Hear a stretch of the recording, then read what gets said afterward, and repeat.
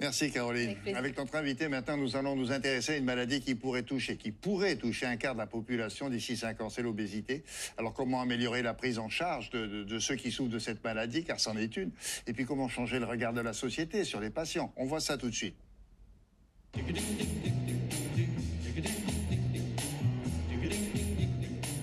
Bonjour Guillaume Porcher. Bonjour. Alors vous êtes chirurgien de l'obésité, vous avez été responsable du centre chirurgical de l'obésité à l'Institut Mutualiste Montsouris qui est à Paris.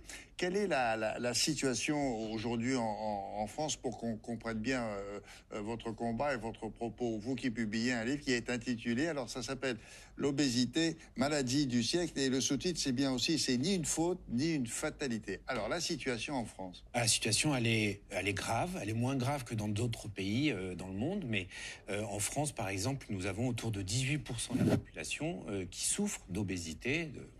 Il y a plusieurs stades dans l'obésité, donc c'est plus de 8 millions de personnes qui sont dans cette situation-là. Et qui sont traités ou pas tous? Alors malheureusement, ils sont très peu traités. Aujourd'hui, dans les grandes obésités pour lesquelles on met en place des traitements, il y a à peine 4% de cette population qui rentre dans les critères qui est traitée. Donc c'est un peu l'appel que je fais avec ce livre, c'est de dire il faut réagir vite, on sait tout. L'OMS alerte depuis des années.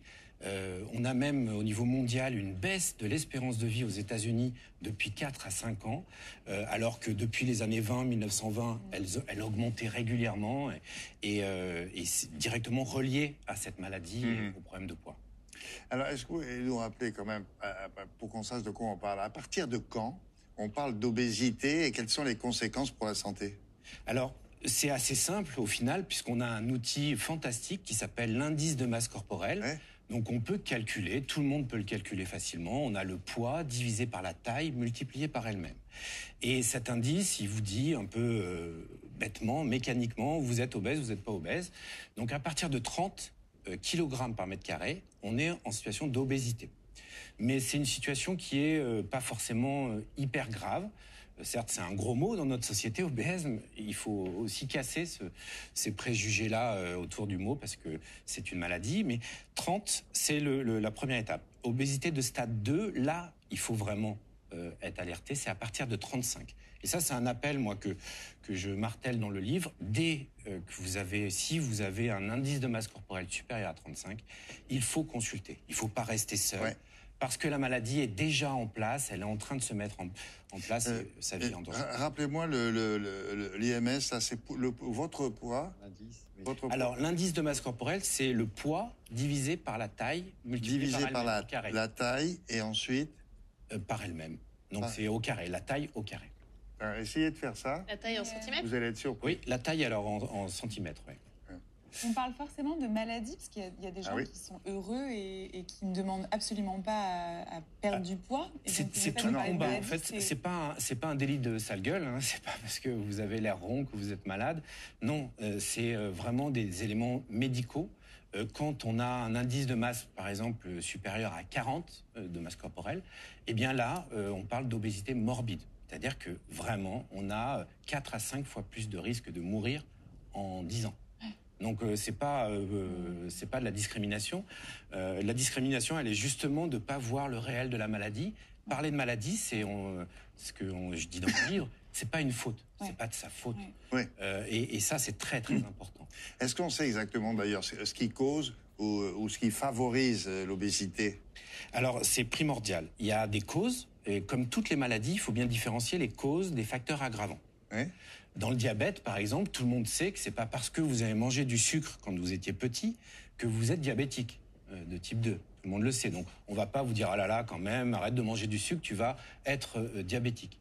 Dans l'obésité, c'est pareil. L'alimentation, l'activité physique, tous ces facteurs qu'on prend pour des causes, eh bien non, c'est des facteurs aggravants plutôt. Les habitudes, les mauvaises habitudes. Les mauvaises habitudes, la gestion du stress. Ça, c'est plutôt des facteurs aggravants.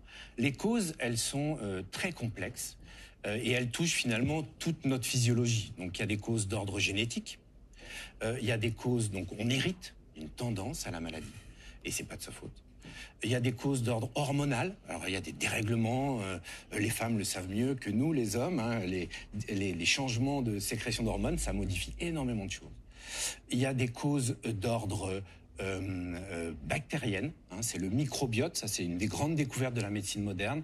Le type de bactéries que vous avez dans votre intestin va déterminer énormément de choses dans sa physiologie. Oui. Par exemple, l'alcoolisme, hein, il y a des microbiotes qui peuvent donner tendance à l'alcoolisme, il y a des travaux là-dessus. En revanche, c'est important pour vous d'insister sur le fait que c'est absolument pas une question de volonté. C'est pas bon, allez, je vais y arriver. C'est pas ça le problème. Alors c'est essentiel la volonté, hein. Ça c'est le propre de l'humain, le choix. Mais par contre, il y a des prédéterminants qui sont là. Et il y en a une quatrième cause dont j'ai pas parlé, c'est le trauma psychique. Et ça, on le sait, un viol ou une très grande souffrance, une maltraitance. Ah oui, ça peut provoquer. Ça dérègle votre corps, c'est pas seulement dans la tête, ça va dérégler votre physiologie et ça peut donner. Ça peut être ça, ça peut être l'inverse. Ça peut être des gens qui maigrissent terriblement parce qu'ils ont subi un traumatisme. Aussi, bien sûr, il y a des mécanismes qui sont complexes. D'accord. Mais ça fait partie des 4 grandes familles de causes qui sont encore à finaliser. Hein.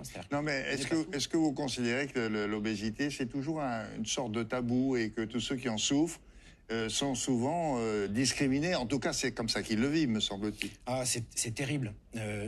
Tous, on juge. On voit quelqu'un qui va en famille en McDo, on se dit chez McDo, voilà, et pourquoi ils font ça quand même? Ils pourraient faire attention.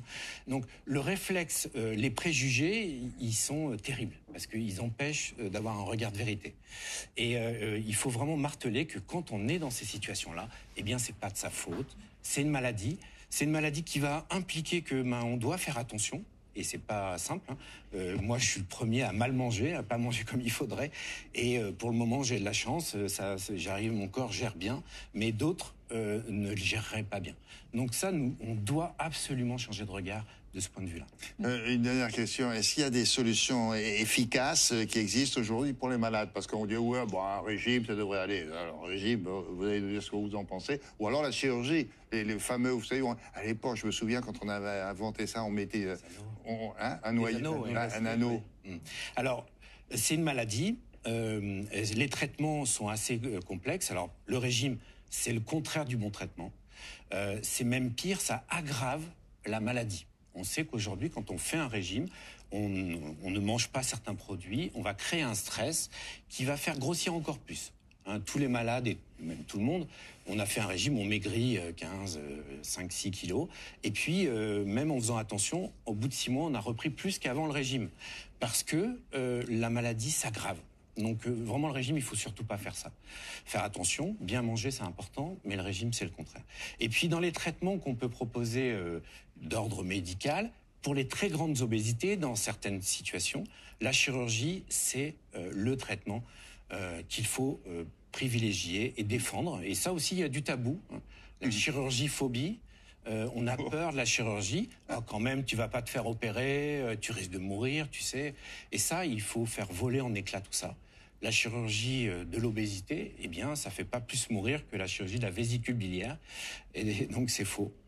Et puis, surtout, ça sauve la vie. Hein. Grâce à la chirurgie, quand c'est bien préparé, bien soigné, eh bien, vous arrivez à diminuer par 7 le risque de mourir en 10 ans. Donc, si vous voulez en savoir plus sur cette maladie, donc vous lisez le livre du docteur Guillaume Pourchet. Ça s'appelle L'obésité, maladie du siècle. Ni une faute, ni une fatalité. Et c'est publié chez XO Éditions. Merci de votre visite. Merci William, merci.